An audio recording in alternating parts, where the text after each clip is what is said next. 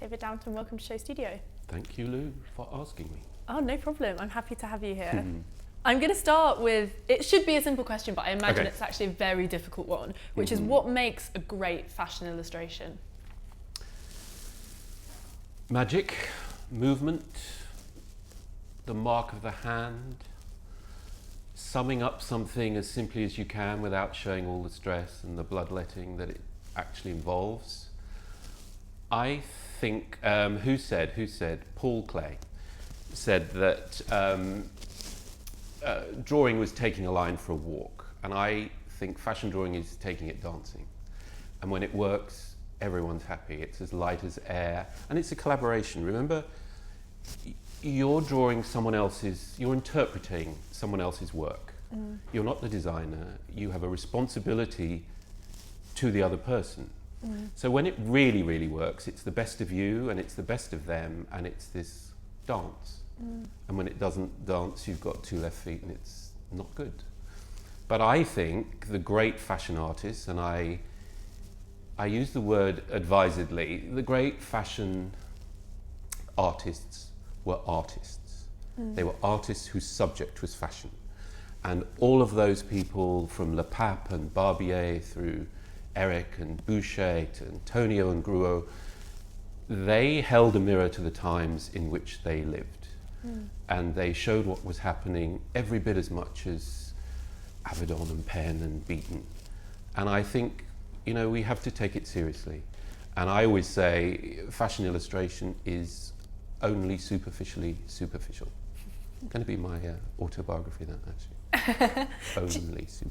Do you personally ever get frustrated with the tag illustrator? Would you prefer to be called an artist? I think, to me, an illustrator illustrates copy or text or a point. A fashion illustrator is a label. I don't like labels. I try and avoid them wherever I can. I'm happy with whatever label, you know, I can't control how people describe me. I sometimes like to say fashion artist, like, you know, it's the next bridge. But I grew up, you know, as an illustrator, as a commercial artist, and never thought I could be a fine artist. I was at that point where those disciplines were completely separate. So I don't know. Ask me again. Ask me at the end and I'll have come up with a cogent. You'll have thought about it. A good answer. Yeah. This is another difficult but big question, but I think about, you know, you've talked about this in interviews before, where, you know, about 40 years or so ago, you know, around that time, maybe 50 years ago, people were saying that fashion illustration was dying or it was dead. Why the resurgence? Because I think you'd agree that there has been a resurgence and a newfound interest. Well, it never died. It's like couture. Everyone's saying couture, it's over, it's finished. It's a dying swan, it's Camille, it's on the chaise longue with the bloody handkerchief. And there it is every year, and it finds its own level. And I think fashion drawing does the same thing. It never went away. It had to find somewhere else to exist, because the high-end glossy magazines don't use it now in anything like the way they used to. And remember, drawing and illustration, artwork predates photography. We once had it all to ourselves, then we kind of lost most of it. Now the page has turned again. I definitely think there is a revival of interest from journalists, interest from students who want to be fashion illustrators. There's an interest in the history of it. I can't say it's revived it hasn't blossomed again where it used to be. You don't see it in Vogue very much. You don't see it in Bazaar very much. You know, that in a sense has moved on. But you find it all over the place. You find it, you know, in galleries, on cards, on t-shirts, in collaborations. It's everywhere. But the revival of interest, which people do talk about a lot, how great. You know, we need more. You mentioned photography there, and I'm interested, do you see illustration as a kind of competitor to photography? No. Absolutely not. I think they are in sympathy, in harmony. I think drawing makes photography look good. I think photography makes drawing look good. I think the single thing that we've lost, perhaps the most, you know, I would say, is the pacing in a magazine.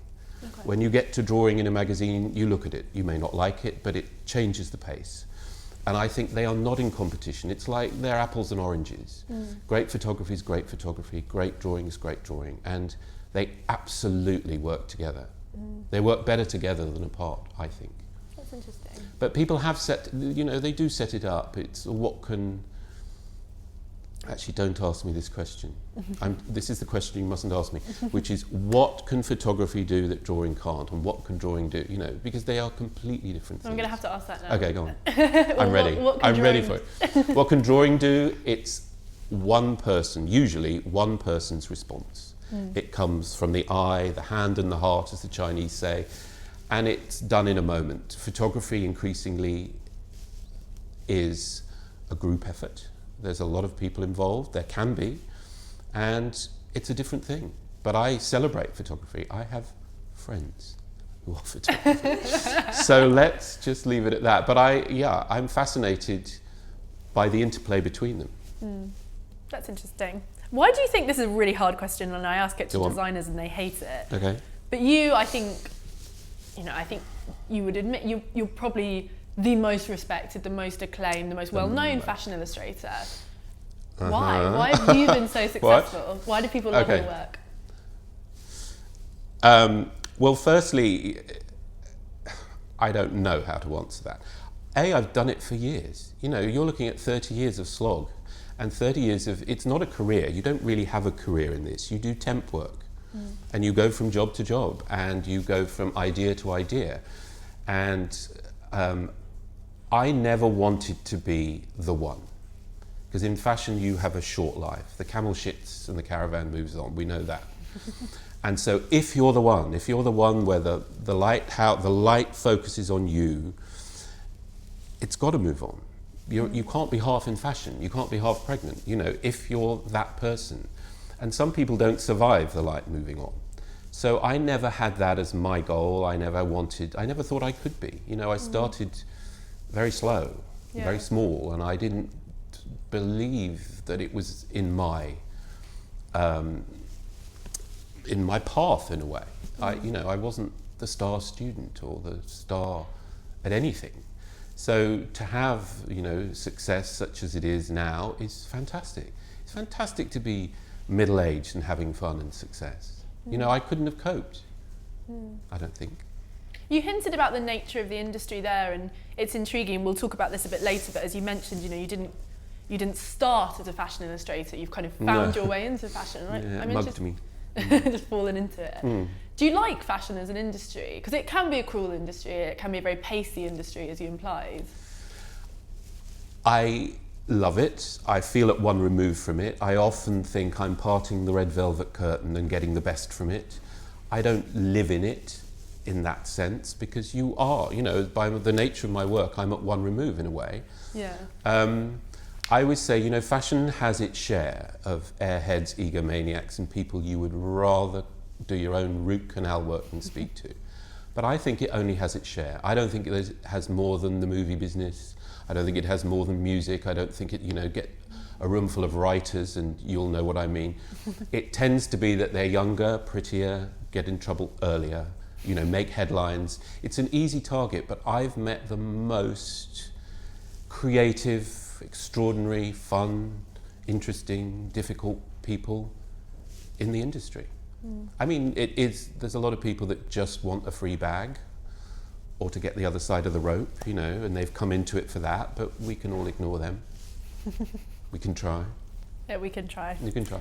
We've talked quite a lot about the medium and about the present, but I want to talk about you as a person and some of the things that you've kind of hinted at there. You've said before in interviews that you used I've got a shaky hand. Look, let me just... Oh no, I'm making you nervous. Let me call That makes attention me to feel my terrible. shaky hand. You've said in interviews before, that you used to sort of draw a lot as a child, to the point where your parents were kind of worried that you weren't socialising enough. What did you used to draw? Well, they did. Yeah, I did. I loved drawing. When I was a child, Picasso used to say, I understand, that he could draw like Raphael at age 8.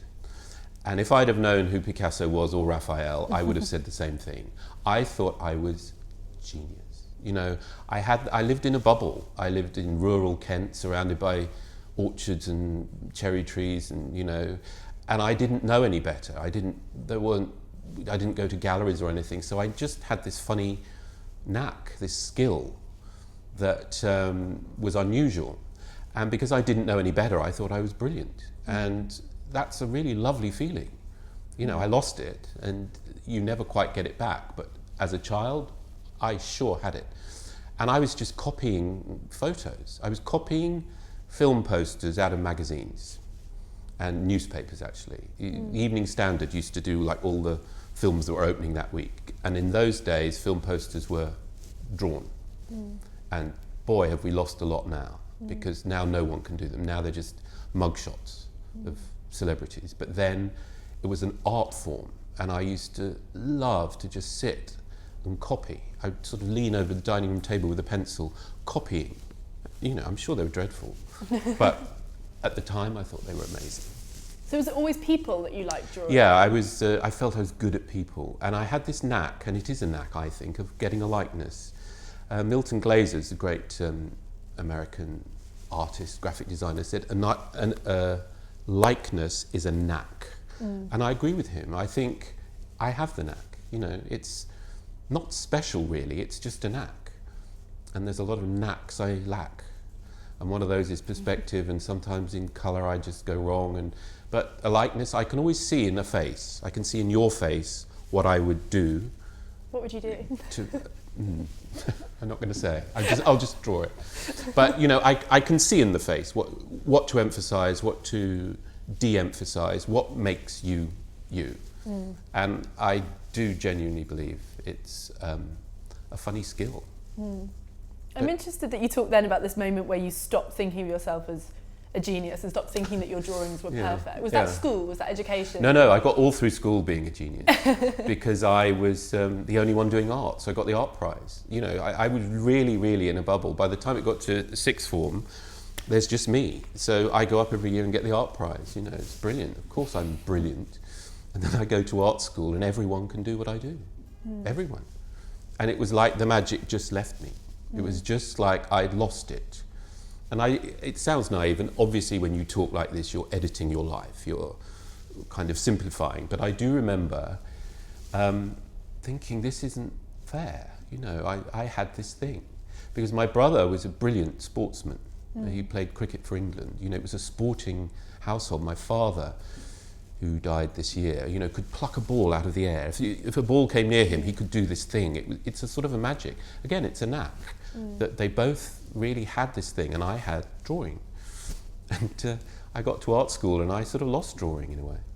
Did it ever put you off? Did you consider another path? No, because I couldn't do anything. And now I am so de-skilled in life. I need help with everything. I have become this focused person that can just do what I do. And if you ask me to do anything else, and what I love is meeting someone and they can speak Cantonese and they ski and they, can whip up a souffle, and they just have these skills and talents. I have the one you know about. It's interesting you talk about that sporting household and your brother, because I've read about that when researching you. And were there any points where your family was sort of, I guess, not disturbed by what you were doing, but confused by it? Did they encourage you? No, they were fantastic, because again, because I didn't have his skill, it would have been terrible. People always used to sort of try and set it up that I would be, jealous of this. He got a lot of attention. He was the youngest, God, I hope I'm right, he was the youngest England wicketkeeper. He was still a student. So we had the Daily Telegraph outside our house. It was a big thing. Yeah. But, and people always used to try and set this up that I was somehow, envious of this. And of course, I used to think, well, he's going to the West Indies, but he's got to squat wearing pads behind 3 sticks in the sun. That wouldn't be why I'd want to go to the West Indies. And I never felt that. And he was so smart. He retired, and now he's come back, and what is his title? He's the chairman of the English Cricket Board. It's amazing. You mentioned you thought you were a genius, but were you ambitious? I've said that a lot. Were you ambitious? Did you have real goals? No. I didn't know that you could have a goal like that. I just thought I had this thing that other people didn't have.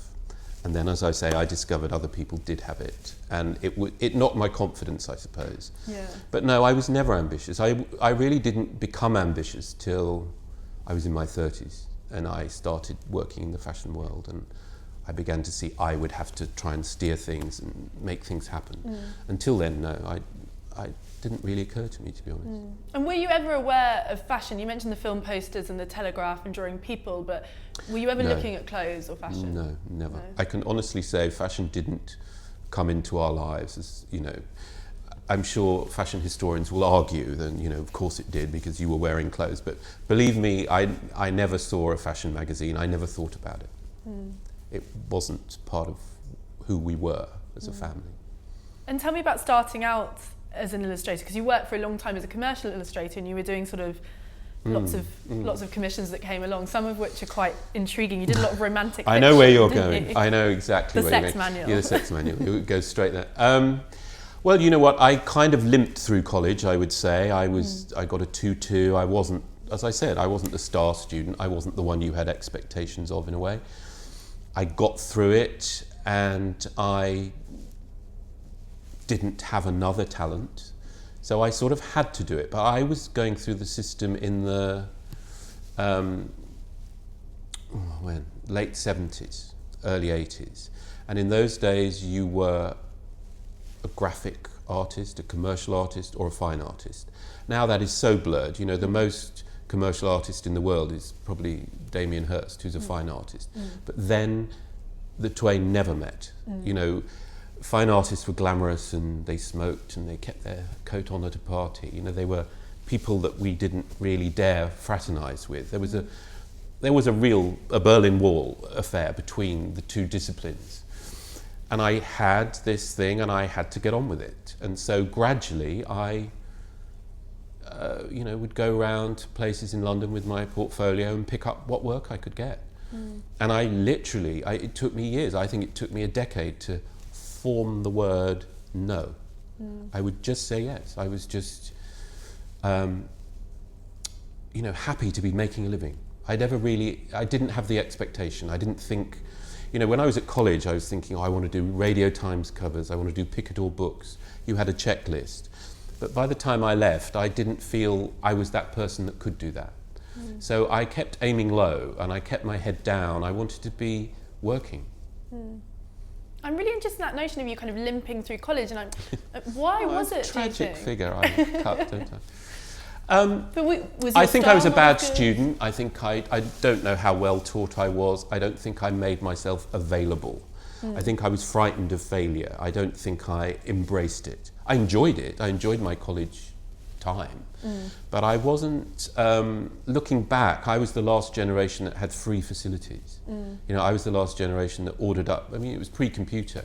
We used to get Letraset and rub down the letters and have a Grant Enlarger where you'd be under this black canvas and sort of making drawings bigger. And we had that. We ruined it for the following generation. We were profligate. We wasted material in a way. So I did enjoy it, but I don't feel I was open to it. Not as open as I should have been. And when did you sort of, the style that we know today, when did that come? Were you drawing like that at college? No, I don't think so. I was drawing like everyone else at college. I don't really hold with the idea of style. It's only now when I see other people doing my style, I know I've got one. Because it isn't really a style, it's how you respond to the world and how you respond to the paper and the equipment and the brief. No, I wasn't drawing like that. My thing then was to keep working, to always be working. And so I would adopt whatever style I felt was necessary. Okay. I would, because I was doing road maps, I was doing wine labels, I was doing frozen bread rolls, Waitrose, packaging, romantic fiction. If you phoned me, I said yes. And I wagged my tail, because I wanted to make a living. So the response that you have now, maybe we should say response rather than style, because I think there's definitely... Yeah. I could recognise a David Downton illustration. When did that come? Was there a person you drew where you kind of got it? or was there an age where was it when you moved into fashion? I think it was. I think these things are always cumulative. And I'd been working for a decade, 12 years. You know, when I do talks for students and I say, well, I didn't see a fashion show till I was 37, you can feel this horror and this silent scream. You know, have we got to wait till then? Because they're desperate, they're, you know, they're ready, they're hitting the ground running. I was 37, and I think the style, the response I have now is the cumulative effect of the years I spent doing what I did. And I found everything clicked at that moment. It was very funny, you know, I just knew. I went to couture really on somebody's whim. And I was not a popular choice. And I thought, well, I'll never go again. I'm bound to get a great, you know, story out of this. And I wanted to go to Paris and be paid. It was so exciting. I'd never been anywhere for work. You know, illustrator, the cliche about the illustrator with a cat and Radio 4 is pretty true, really. And certainly the way I lived, angle, poise, lamp, Radio 4, cat. Actually, I don't have a cat, but you know, it's quite an isolating thing. Existence. And am I sitting too far forward? I've got that feeling. Back, forward. I'm being signalled, right? Okay. Okay, I'm back now. What did you ask me? I was asking about this period where you sort of perfected your style, and you talked about moving into fashion. And I actually want to ask you about that. Because it was 1996 where you were first sort of plucked to go to shows. From nowhere, from nothing. But you said you weren't a popular choice. Tell me well, what I mean by that is Marianne Hume, who is now a great friend of mine and great writer. She was the writer, and she wanted her great friend and a great artist, also my great friend Richard Gray. And for some reason, the magazine wanted me. And she made no bones about it. We laugh about it now, which is great, but she wanted to work with the team she knew, quite rightly, and I honestly understand that. So I just felt that I was there slightly, I couldn't really work out why I was there. I knew it was this opportunity. I knew, you know, I'm going to couture. I got off the Eurostar. I'd never been on that before. It only just opened. And I went to the Ritz. And I'd never been to the Ritz. And I went and drew the Valentino fittings, and it was Amber Valletta and Naomi Campbell. And Mr. Valentino was there, and Mr. Giammetti was there, and Carlos Souza was there. And, you know, everything rolled out. I went straight to the black run. I didn't have any nursery slopes. I just was thrown in. So I wasn't a popular choice, and I understood it. And as I say, I'm a good friend of Marianne's now, and I think it's fun. And she was right, you know, because I didn't know what I was getting into. I'd never seen a fashion show. Suddenly I'm at Versace Couture at the Ritz on a marble catwalk over a swimming pool with Linda and you know, I literally went into Narnia. I've often said it, but it's the best way I can think of putting it. I went into Narnia. And when you look back at the illustrations that you produced during that couture week. Dreadful, they were shocking, yeah, they were bad.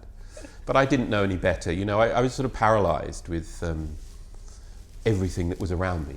And I just responded as best I could, but no, they're not good.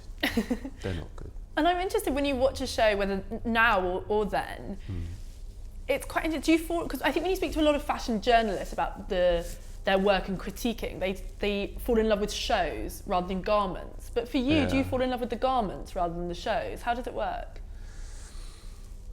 Well, it's the one I want to draw, which isn't usually the one they want to photograph or the one the fashion editor loves, or, you know, it's about, there's a trigger with the garment, you know, and I see what I could make of it. And I loved, you know, I don't know, how many geniuses have you met? I've met Christian Lacroix. I've met a few geniuses, I think, but I think Lacroix truly, madly and deeply was and is a genius. And I fell in love with his shows. You know, I could feel my heart going a bit weird when his shows were on, because they were so extraordinary, so I'm talking about couture, so nuanced, so dramatic, so subtle. He was such a colorist. He was a magician, and I could not draw them because of all the referencing and because of all the subtlety and because of all the drama, because of all the things I loved, all the things I'm not good at.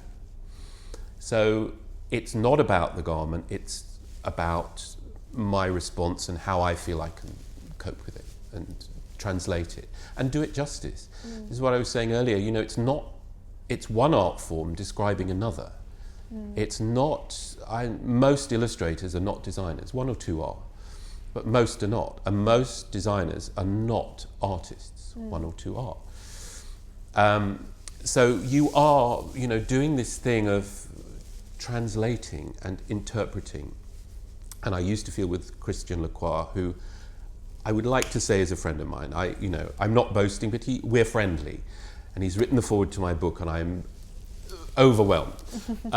But I could never do it justice. I could never do justice to what he was doing. That's intriguing. Is it sometimes easier to draw fashion that you don't love, sort of viscerally? Well, I think with me there's a certain way I have of working and seeing things. Yes, I don't have to love it. I don't have to love it. And anyway, it only works for me on the body. You know, when I began and I was a junior, they used to, if I couldn't have a ticket for the show, they'd give me a Polaroid and say, do what you can with that. But I can't do anything with it.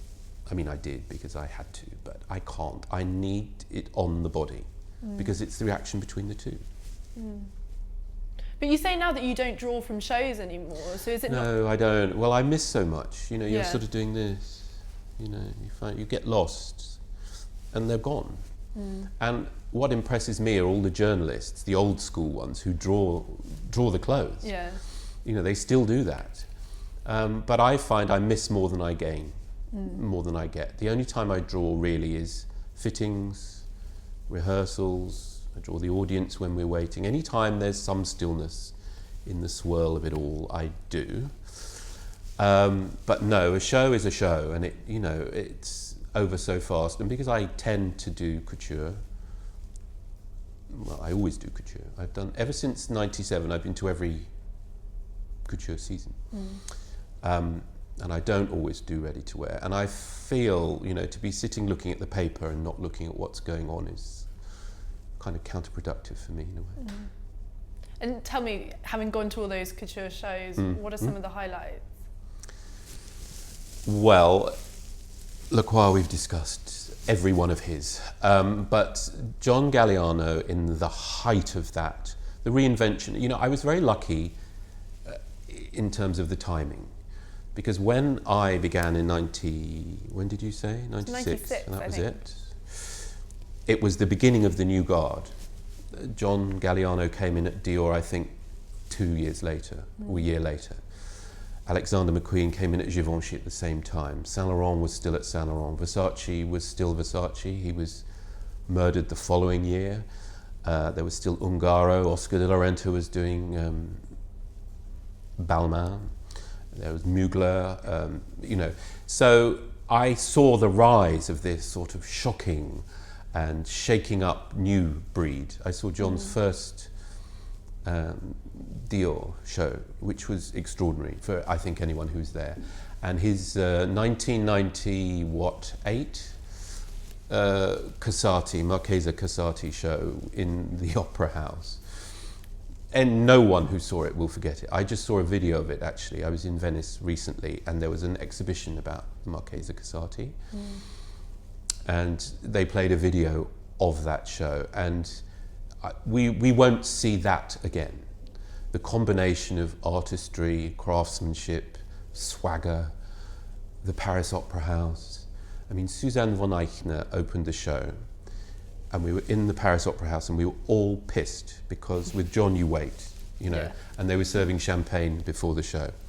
So there were Maharajas in diamonds, and there was a tango orchestra and tango dancers, and we were in the mirrored gallery at the Opera Garnier, and we were drinking and eating ladure. It was so decadent, we hadn't seen a single thing. And by the time it came up, we were all a little bit smashed and a little bit heady and a little bit sort of, I don't know, geared up. And Suzanne von Eichner had to run up a marble staircase that went like this.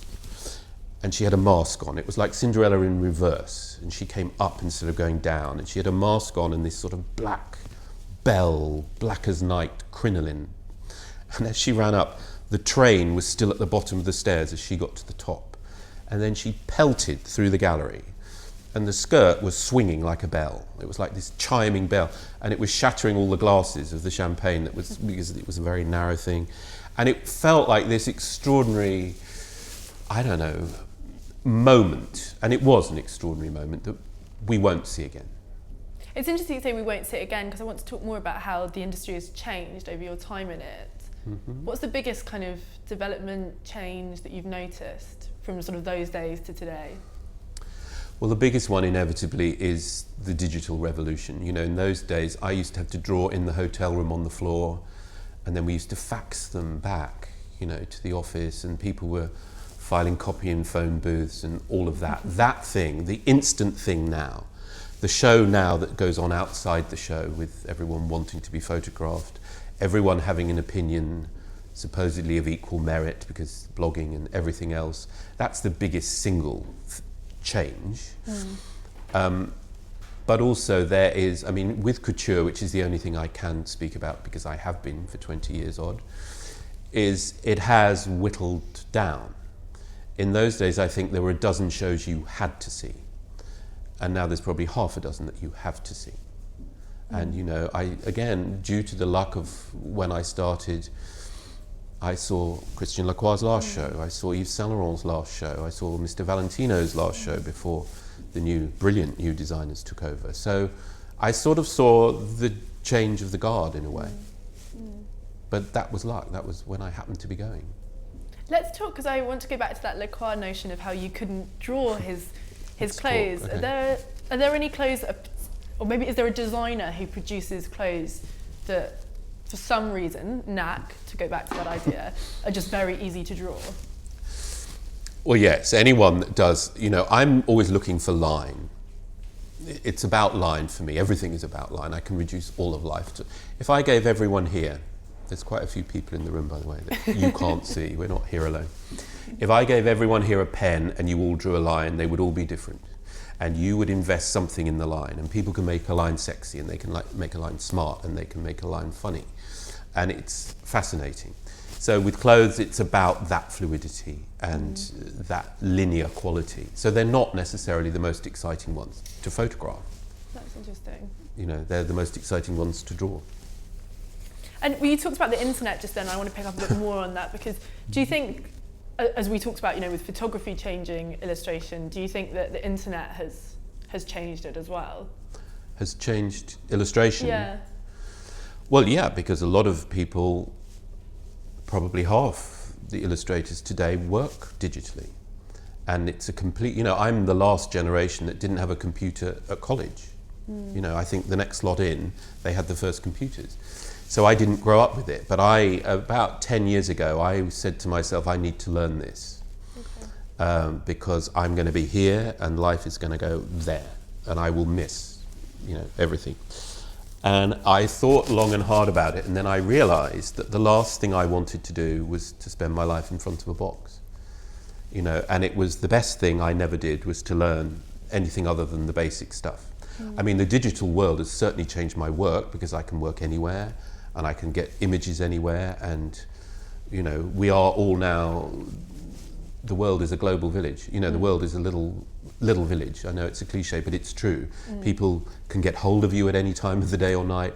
They can commission you. They can say they don't like what you've done or they love what you've done. You know, we are all, it's affected me as much as anyone else, for sure. But actually working creatively with a computer is something I've never done and I can't foresee doing.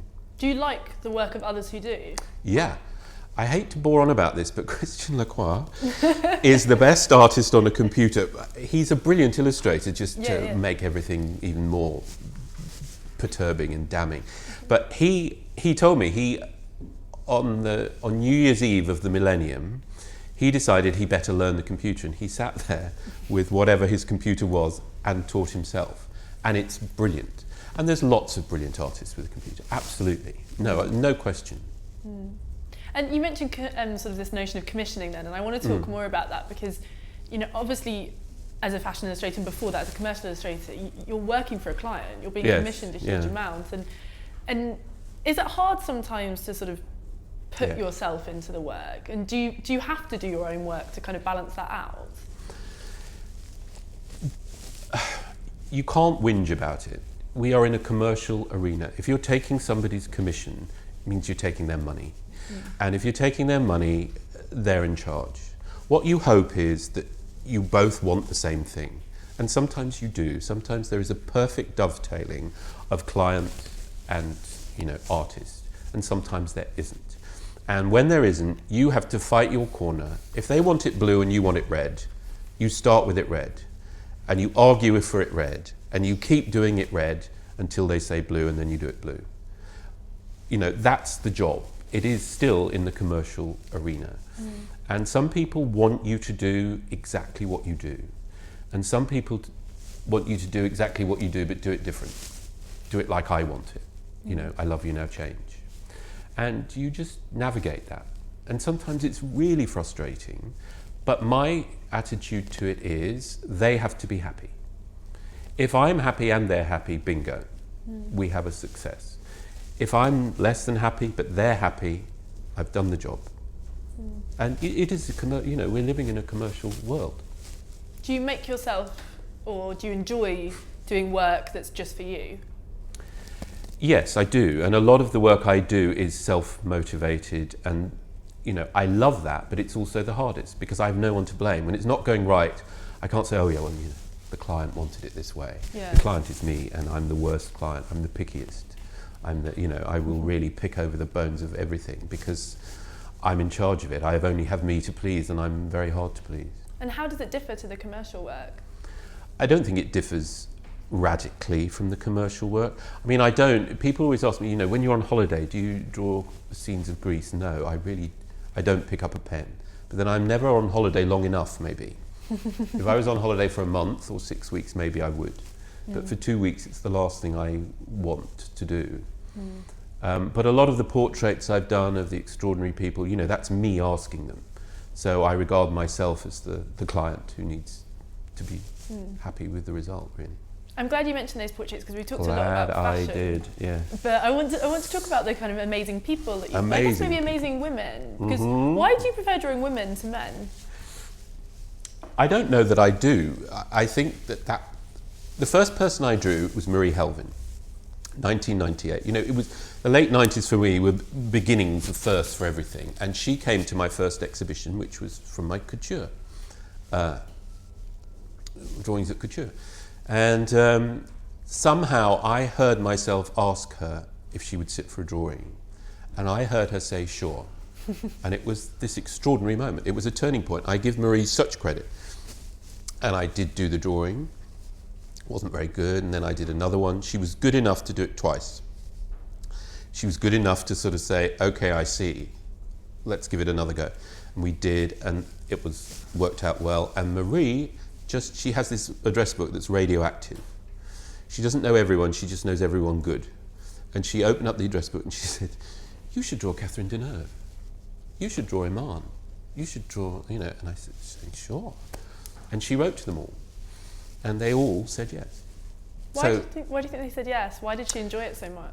I think she liked the drawing. They are photographed to death. Yeah. They are photographed, now they're photographed, putting the bin out. But they're photographed every day. They're photographed on phones, but they're photographed in shoots.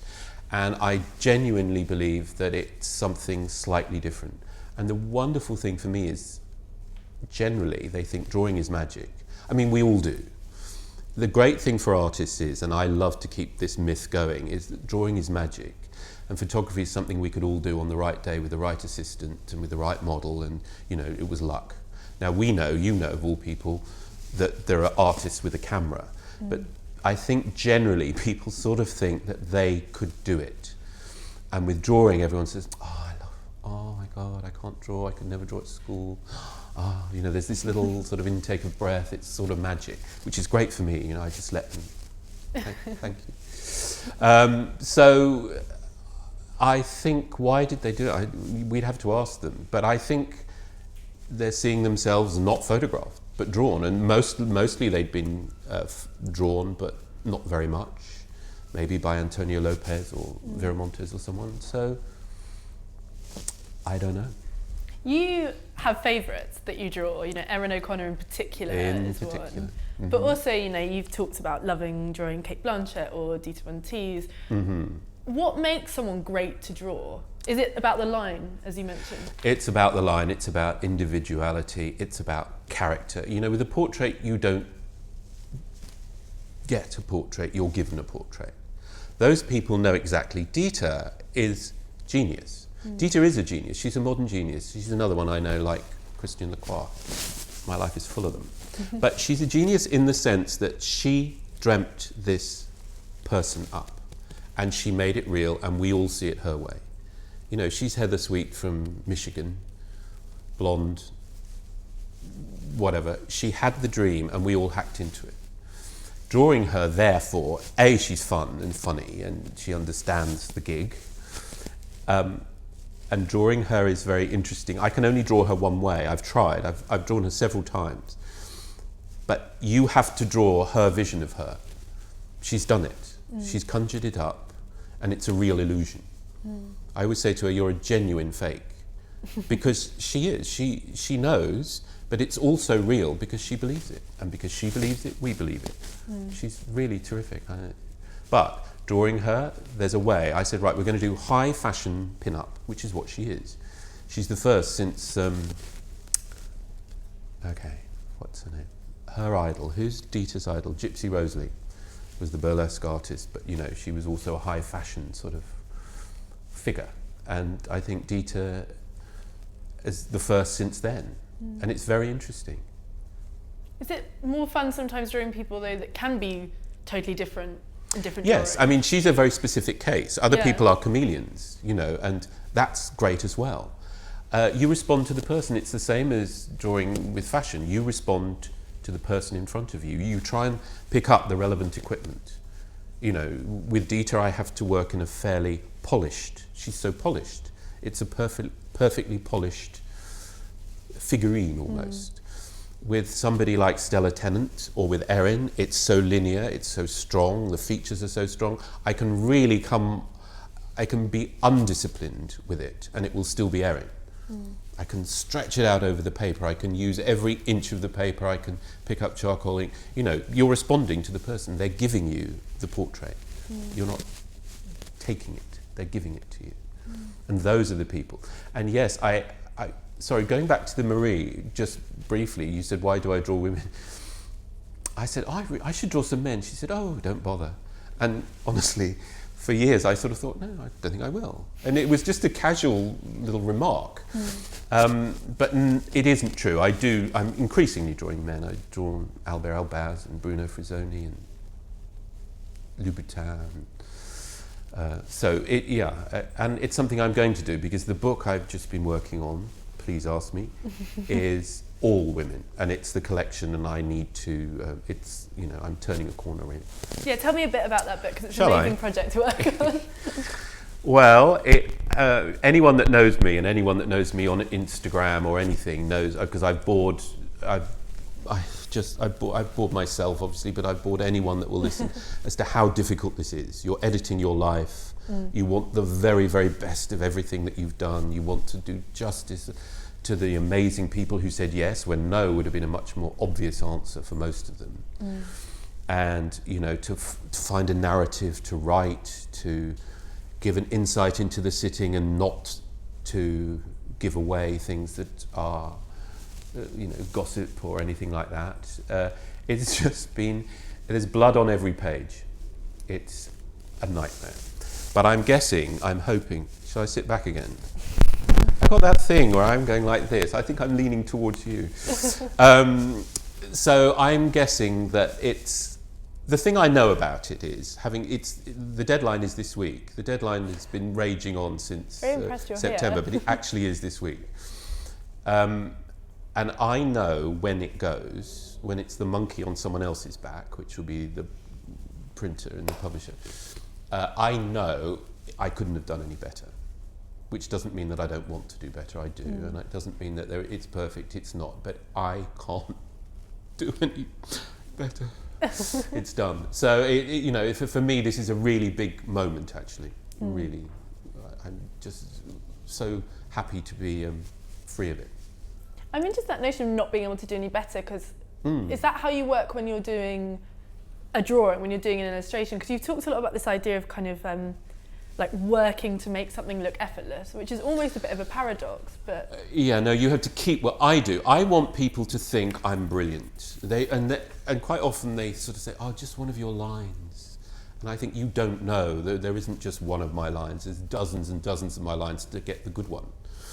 So I work really hard to make it look like I just go like this. It's why I hate people filming, because I know I'm disappointing them. I do this thing. I have this wonderful work I've been doing with Vanity Fair, and they quite often want to film it for online. Everybody does now, and I sit there and I'm with someone extraordinary, Charlotte Rampling or Kristen Scott Thomas, and there's someone filming, and all I'm thinking is it sets in concrete in my hand, and I think, sound boring, look shit, bad drawing. And these three things are going on in my head, and I'm trying to do the thing that people think I do, which is this thing. So it's difficult. I find it difficult, but I don't necessarily want people to know that. They know it now, but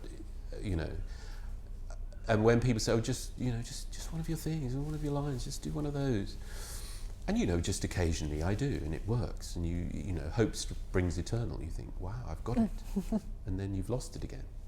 Then you have to keep chasing it around. And I want it to look spontaneous, but I want to control it. I mean, it's very silly in a way, because I work really hard to make it look like I do nothing much. Whereas if you're an oil, if you work in oils, you work for months and you hone it and you make it perfect. I do one and another one. Trees die in the name of what I do, and I'm not proud of it, but it is what happens. To make it look like I can just do it. Is there no set sort of time or number of attempts it'll take? Does it vary? No. I mean, remember, it's something I do every day, so I am getting better. The good thing about... Now I'm scratching, you see? We're being filmed scratching.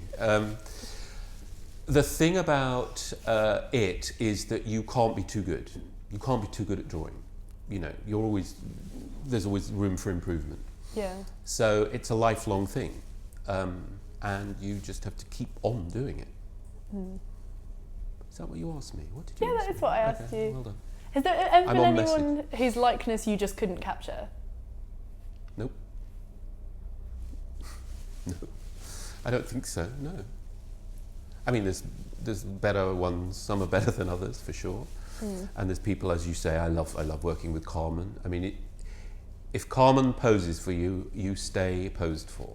This is someone who's been working for 70 years as a model. And it's an oxymoron. It sounds like a typo. When you write it down, it looks like a typo. 70 years, that's before Kate Moss's mother was born. She's roller skating to Vogue for work, taking the day off school. And so when you work with her, she's the most beautiful. She's the Taj Mahal of beauty. But the extraordinary, thrilling and exciting thing is she sees what you see.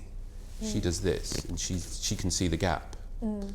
And she does this, and she sort of, I say, "What are you doing?" And she says, "I'm finishing things off." And she does her feet and her hands last. But she's seeing what you see, she's giving it to you. So it's your responsibility to get it. You better get it. I would say if you're sober, you're going to get a great drawing from Carmen, because she understands. It's not about being the prettiest girl in school. I mean, this model, thing. I'm so pro-model. I think fashion, people who are dismissive of models are missing the whole point. We understand fashion because of models. Clothes on a hanger mean nothing. However beautiful, however extraordinary, however, whatever craftsmanship there is, it doesn't work until you see it on a model. And the great models, there is such a thing as a great model. Like there's a great astrophysicist and a great writer and a great plumber. There's a great model. And it's not to do with being the prettiest or whatever it is. It's to do with being great at your job. And if you work with Carmen, as I have, she's a great friend of mine and a sort of pillar in my life in a way. You understand the privilege. I mean, it's scary because you're looking at the person who posed for Dali, you know, and Avedon and Penn, you know. That's why Nick must interview her. I know he will, because she has this recall of 70 years of working. I'm interested in this notion of beauty, because you used that word then, and as an illustrator and someone who, as you said, so obsessively focuses on line, is it sometimes people who aren't beautiful who are the most interesting to draw, people that have odd features? Of course, yeah. No, that, of course, absolutely. And the worst people to draw are not, you know, some people work so brilliantly in a Mario photograph or a, you know, Merton Marcus photograph. That's exactly why they are who they are. But in a drawing, it doesn't necessarily translate. You know, it's just, it's a different criteria, I think.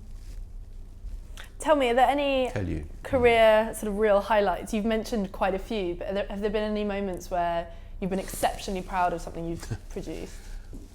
I'm never really quite proud of what I've done.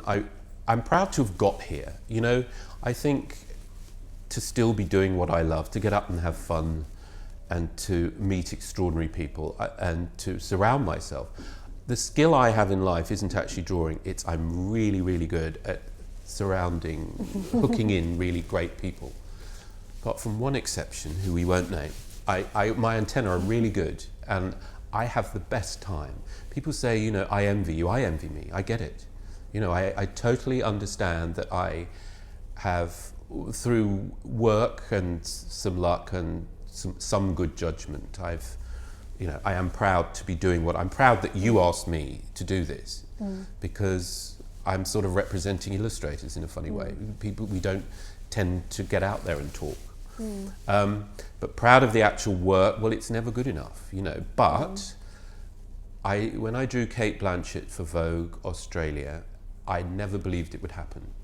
And my agent called me about it, and A, she was at the top of my list to draw if that could ever happen. And B, they said, well, it's the cover. And I said, they don't do an illustrated cover. No, I said, that's not going to happen. And they said, well, it's 4 covers, actually. It's an anniversary issue, 50th, and they want 4, and they want to do... They said, will you go to Sydney? I said, yep, you know, I'll do anything. But all the way through, I was thinking, I haven't seen an illustrated Vogue cover in 20 years, and I haven't seen one regularly in 50 years. And this is Kate Blanchett, and it's a 50th anniversary. You know, it's a high-risk strategy because you've got to sell them. It's got to be a success.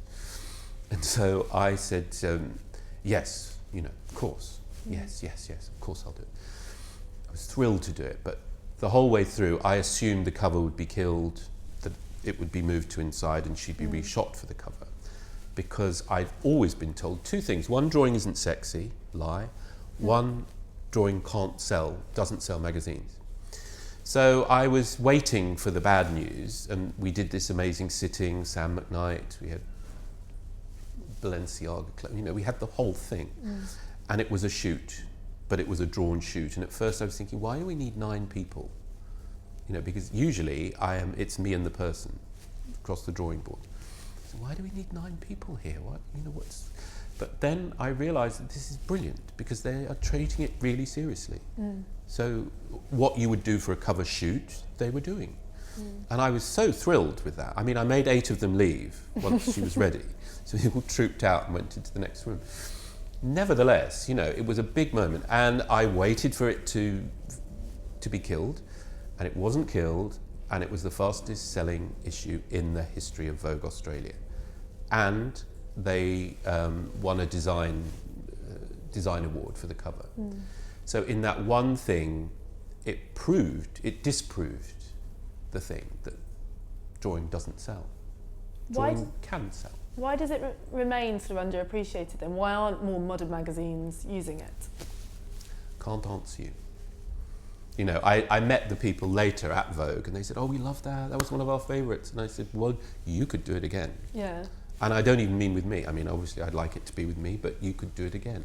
The whole point was it's been proven. I mean, of course it wouldn't work every time. I'm not naive about that, but it can work. And I was very proud of that. It was a high, you know. I love working with Vanity Fair. Again, they treat it like it's really important. It's important to have Charlotte Rampling there. It's important everyone's happy. It's wonderful. And you get the best result. When it's that important to you and you put so much energy into it, is it frustrating because you have a lot of people who copy your work and they sort of reproduce it? Is that quite upsetting?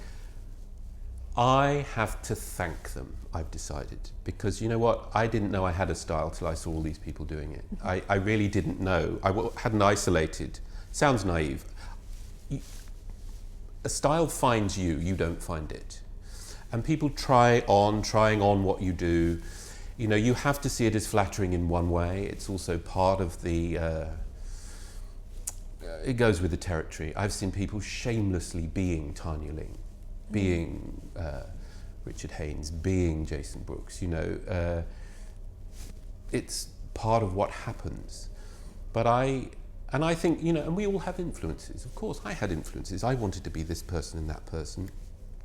I think my attitude to it slightly depends on their attitude to it. But ultimately, Picasso said, don't borrow, steal. And I say, leave the light bulbs, There's one or two that have tried to unscrew those. But ultimately, it's fun, and it sort of is flattering. Whoever, I don't want to keep quoting people and not being sure of the source. I think it was Chanel said, if no one's copying you, you're not doing it right. Or if everyone's copying me, I'm doing it right. I don't know. But it's interesting. It's interesting when you are sent work by people who think you did it, But you have to thank them and keep on going. It's interesting when you talked about the people that influence you. When you were starting out, were there key illustrators that you were emulating? Yes, of course. René Gruot. Can you say René Gruot? Go on, don't want to try. Go on. I can do it sometimes. Gruot. But anyway, René Gruot, that's the best I can do it. Yes, everyone. He was the master. In the middle of the 20th century, totally. He totally understood everything that you needed to do. And the message and the graphic nature of what he did are so pertinent and they're so modern. The clothes aren't modern and that can all look dated. But the way he worked, the influences on him of Boldini and Lautrec, he was just thrilling. When he was really at his peak, he was thrilling. And then after that, Antonio Lopez, who brought sex into drawing, sex into fashion illustration, took it out of the salon, put it on the street. These are extraordinary artists whose subject is fashion. There isn't a frivolous subject for art, I don't think. There's lots of frivolous artists, but fashion, as in everything, tends to be downgraded and seen as frivolous. But those artists, Vertès, Boucher, Eric, Le Pape, they were draftsmen the equal of anyone, any 20th century draftsman, in my view. But they worked in fashion and they worked for print, which meant that it was throwaway. So you said I had to ask you again at the end, so I will. So are you an artist? And is illustration an art? God. Am I an artist? I would like to say so, but I came through the system at the wrong time. So I've got this little nagging voice in my head saying, you're not an artist. You did all those wine labels and that sex manual and the romantic fiction and, all of those things. But all of those things have made me able to do what I do now and enabled me to enjoy it and be thrilled by it. I know what it's like to just be a drone drawing for a living. So don't know. Don't know. You decide. You tell me. David Downton, thank you very much. Are we done? Yes. Thank you. Thank you.